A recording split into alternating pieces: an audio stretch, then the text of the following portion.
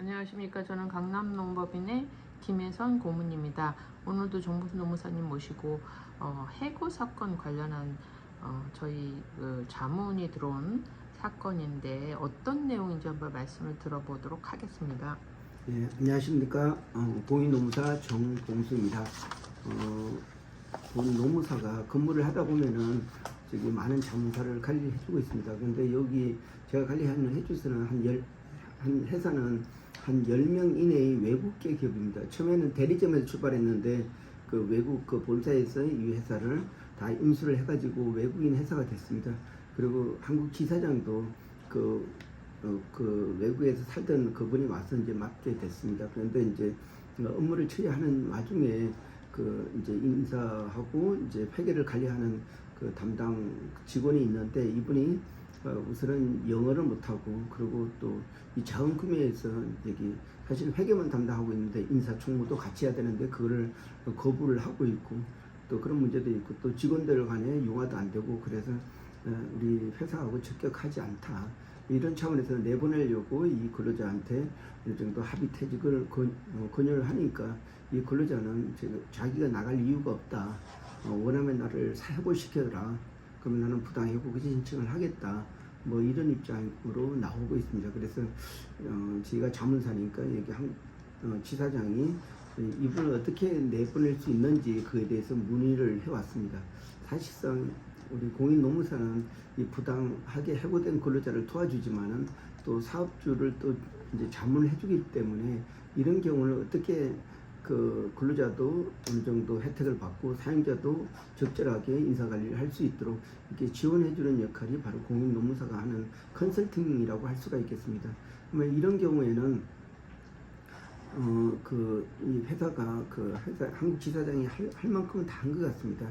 이 근로자에 대해서 그 합의 퇴직해도 이 근로자는 이제 거부하고 있고 그리고 또 사실 이제 외국계 회사로 넘어갔기 때문에 영어가 필수적인데 영어도 또 통용이 그러니까 영어로 이제 소통이 안 되고 그리고 또 업무도 이 한 10명 정도 규모에서는 이제 회계뿐만 아니고 인사나 뭐 총무도 해야 되는데 본인 외 다른 업무를 또 수행을 하지 않으려고 하고 그리고 또 직원들 간의 비협조적인 관계 때문에 그 인간관계도 안 좋다고 봅니다. 그래서 제가 얘기한 거는 이게 부당 해고 구제 신청에 관련돼서 노동위원회에서 이제 그런 권리 구제를 해주지만 거꾸로 거기서 화해도 해주고 합의도 이렇게 많이 해주고 있다. 그렇기 때문에 이 근로자를 일단 해고하고 그 노동에 구제 신청을 하게 되면 거기서 합의를 하는 것도 하나의 방법이다 이렇게 알려줬습니다. 그런데 필수 전제가 여기 해고 사유를 정확하게 잘 기록해야 된다. 그래야지 이제 합의를 하더라도 적당한 선에서 하고 이게 누가 보더라도 부당한 해고라고 인정이 될 정도면은 그러면 회사가 손해를 이제 감수해야 되고 다시 복직을 해서 똑같은 일이 반복된다. 그렇기 때문에 이 근로자를 해고하려고 하면은 반드시 그 해고에 대한 필요한 사유를 정확하게 육하원칙으로 잘 기재를 해야 된다. 그러니까 예를 들어서 업무가 10개가 있는데 이분은 5개만 하고 5개를 전혀 거부를 하고 있다. 그러면 그 사유를 정확하게 언제 어디서 어떻게 거부를 하고 또 일이 잘 안 돌아가서 사장이 직접 일을 했다는 그런 내용. 그리고 또 영어 안 돼가지고 이제 굉장히 업무 수행에 지장이 있다는 이 부분.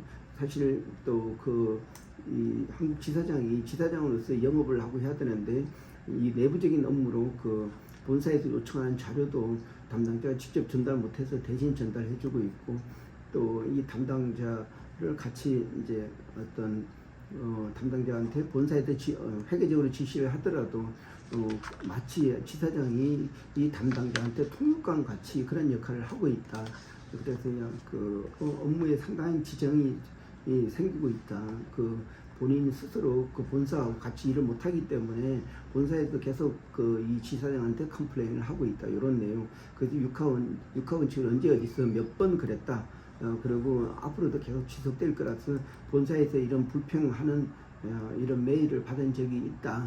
뭐 이런 내용을 포함하고 그리고 직원들한테 업무 비협조적이라고 하는데 이분은 업무를 회계뿐만 아니고 인사나 총무도 해야 되는데 다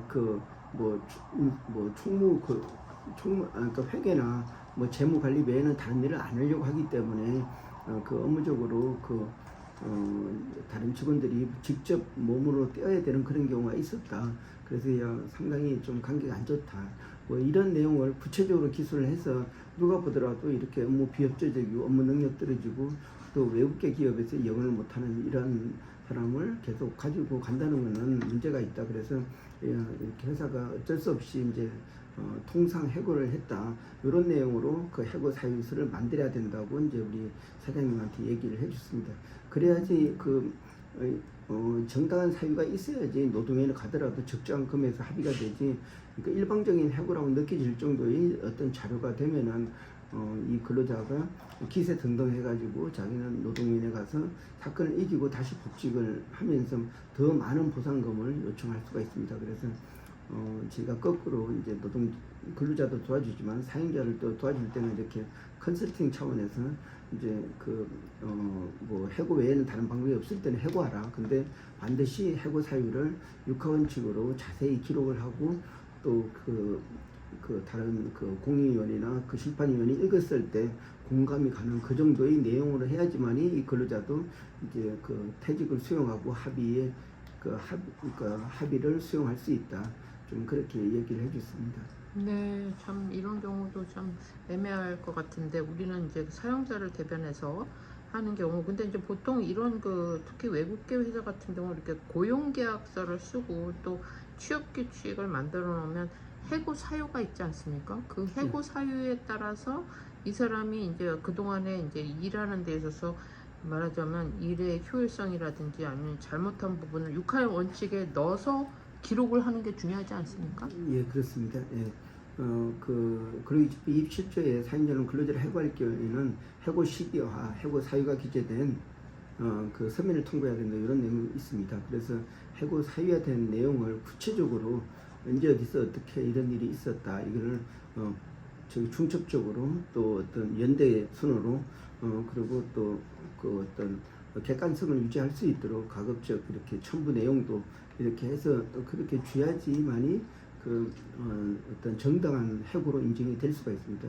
이 사업주는 일방적으로 해고하려는 게 아니고 가급적 합의 퇴직으로 이제 가져가려고 하는데 이 근로자가 이 합의 퇴직을 수용 안 해서 굉장히 여기까지 온 내용이라고 할 수가 있습니다. 그래서 이제 사실 근로자가 업무 수행이 제대로 못하고 또 제대로 업무가 안 들어가고 또 그런 능력이 없게 되면은 당연히 통상 해고는 가능하다는 그런 판례도 있습니다. 그렇기 때문에 가급적 해고 사유를 갖춰가지고 이제 해고를 하고 나중에 이 근로자가 부당해고 진청을 하게 되면은 우리가 정당한 해고를 했다 입증하는 과정에서 이 근로자가 이제 자기도 자기 이 사건을 이길 가능성이 그렇게 많지 않다 하게 되면은 합의를 하게 됩니다.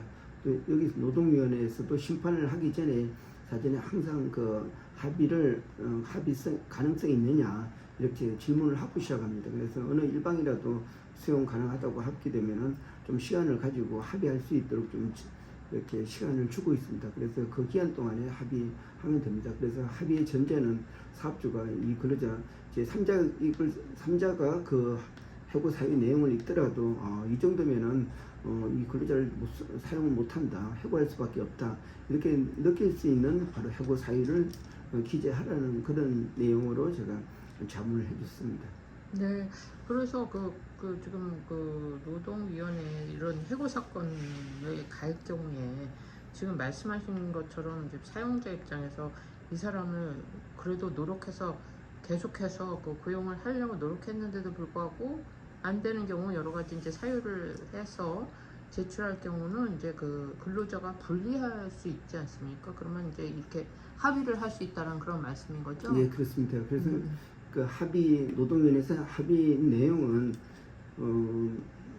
대등한 관계면 어느 정도에서 합의가 되는데 이제 분명히 부당 해고다 이렇게 느낄 때는 뭐 거의 1년치 임금을 이제 합의금을 줄 수도 있고 만약에 또 이렇게 지는 사건인데도 그러니까 회사가 이기는 사건이고 근로자가 약할 때에는 해고 예고 수당만 주고 이제 합의하는 경우도 있습니다. 그런데 이제 본 사건은 이게 대등하게 건설 연수만큼 이제 보상금을 이렇게 주는 그런 내용에 있어서는 가급적 해고 사유를 많이 기재하고 또 객관성을 유지하면은 이 근로자도 회사가 원하는 수준으로 합의할 거라고 제가 자문을 해줬고 사실 제 경험에서도 그렇다고 이제 입증이 되고 있습니다.